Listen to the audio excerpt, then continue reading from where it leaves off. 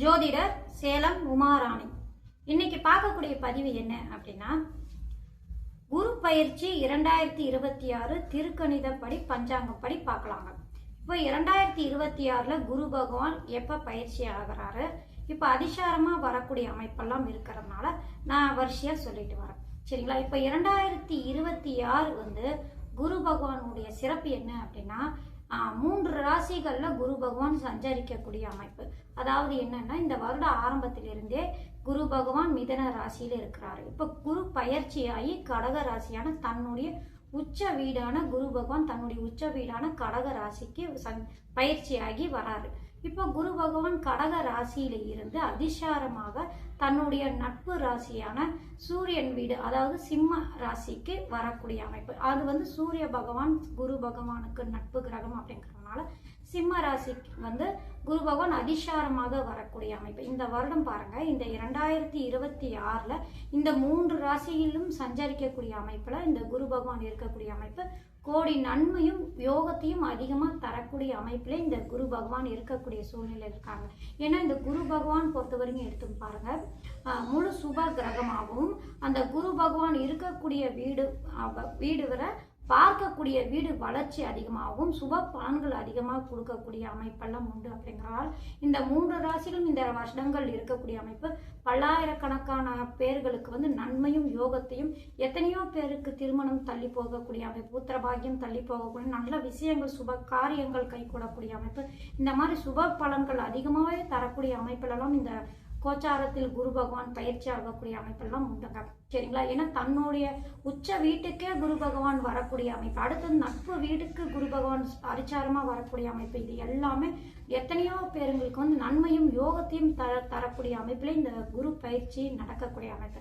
சரி, இந்த குரு பயிற்சி எப்ப நடக்குது, அது எப்பெல்லாம் குரு பகவான் அதிசாரமா வராரு, என்ன மாதிரி விவரம், நேரம் எல்லாத்தையுமே இந்த பதிவுல விரிவா பார்க்கலாங்க. இப்ப குரு பகவான் பாருங்க,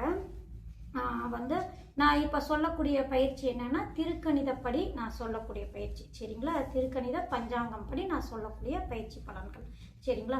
திருக்கணித பஞ்சாங்கப்படி பரபவ தமிழ் வருடம் உத்தராயணம் புண்ணிய காலம் வைகாசி மாதம் 18ஆம் தேதி. சரிங்களா? வைகாசி மாதம் 18ஆம் தேதி. ஆங்கில மாதம் அப்படின்னு எடுத்துக்கிட்டோம்னா 1/6/2026 திங்கள் கிழமை இரவு 1:50, அதாவது நள்ளிரவு. திங்கட்கிழமை 1ஆம் தேதி இருக்கீங்களா, நள்ளிரவு 1:50க்கு குரு பகவான் பயிற்சி ஆகக்கூடிய அமைப்பு. இப்போ நள்ளிரவு அப்படிங்கறதுனால அது 2ஆம் தேதியாக மாறக்கூடிய அமைப்பு. ஆங்கில மாதம் 2ஆம் தேதியாக மாறக்கூடிய அமைப்பு. அதாவது தமிழ் மாதம் எடுத்துட்டோம்னா இந்த வரிசை அமைப்பில் வந்துடும். ஆங்கில மாதம் அப்படிங்கறது நள்ளிரவு 1:50 அப்படிங்கறதுனால அது 2ஆம் தேதியாக ஆங்கில மாதம் மாறக்கூடிய அமைப்பு. சரிங்களா?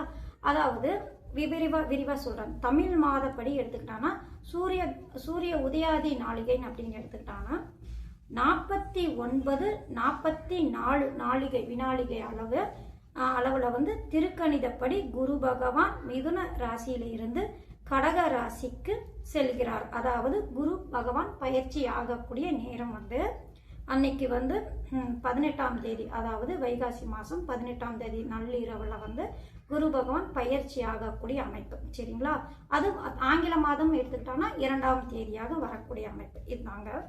அடுத்தது அதிசாரமாக வரக்கூடிய அமைப்பு அப்படின்னு எடுத்துக்கிட்டோம்னா குரு பகவான் இந்த தேதியில குரு பகவான் கடக ராசிக்கு வந்துடுறாரு. தன்னுடைய உச்ச வீட்டுக்கு பயிற்சியாகி வரக்கூடிய அமைப்பு திங்கட்கிழமை இரவு 1:50 மணி அளவுல குரு பகவான் இரவு பயிற்சியாகி கடக ராசிக்கு தன்னுடைய உச்ச வீட்டுக்கு வரக்கூடிய குரு பகவான் அதிசாரமாக வரக்கூடிய எப்போ அப்படின்னு எடுத்துக்கிட்டாங்கன்னா அந்த குரு பகவான் பாருங்க ஐப்பசி மாதம் 14ஆம் தேதி, ஆங்கில மாதம் அப்படின்னு எடுத்துக்கிட்டோம்னா 31/10/2026 சனிக்கிழமை பகல் 12:02 அளவுல சூரிய உதயாதி அப்படின்னு எடுத்துக்கிட்டோம்னா 14:33 அளவுல திருக்கணித பஞ்சாங்கம் படி குரு பகவான் அதிசாரமாக கடக ராசியிலிருந்து சிம்ம ராசிக்கு பயிற்சி ஆகக்கூடிய அதிசாரமாக முன்னோக்கி வரக்கூடிய அமைப்புங்க. சரிங்களா? அதாவது எப்போனா இன்னொரு வாட்டின்னு சொல்றேன்.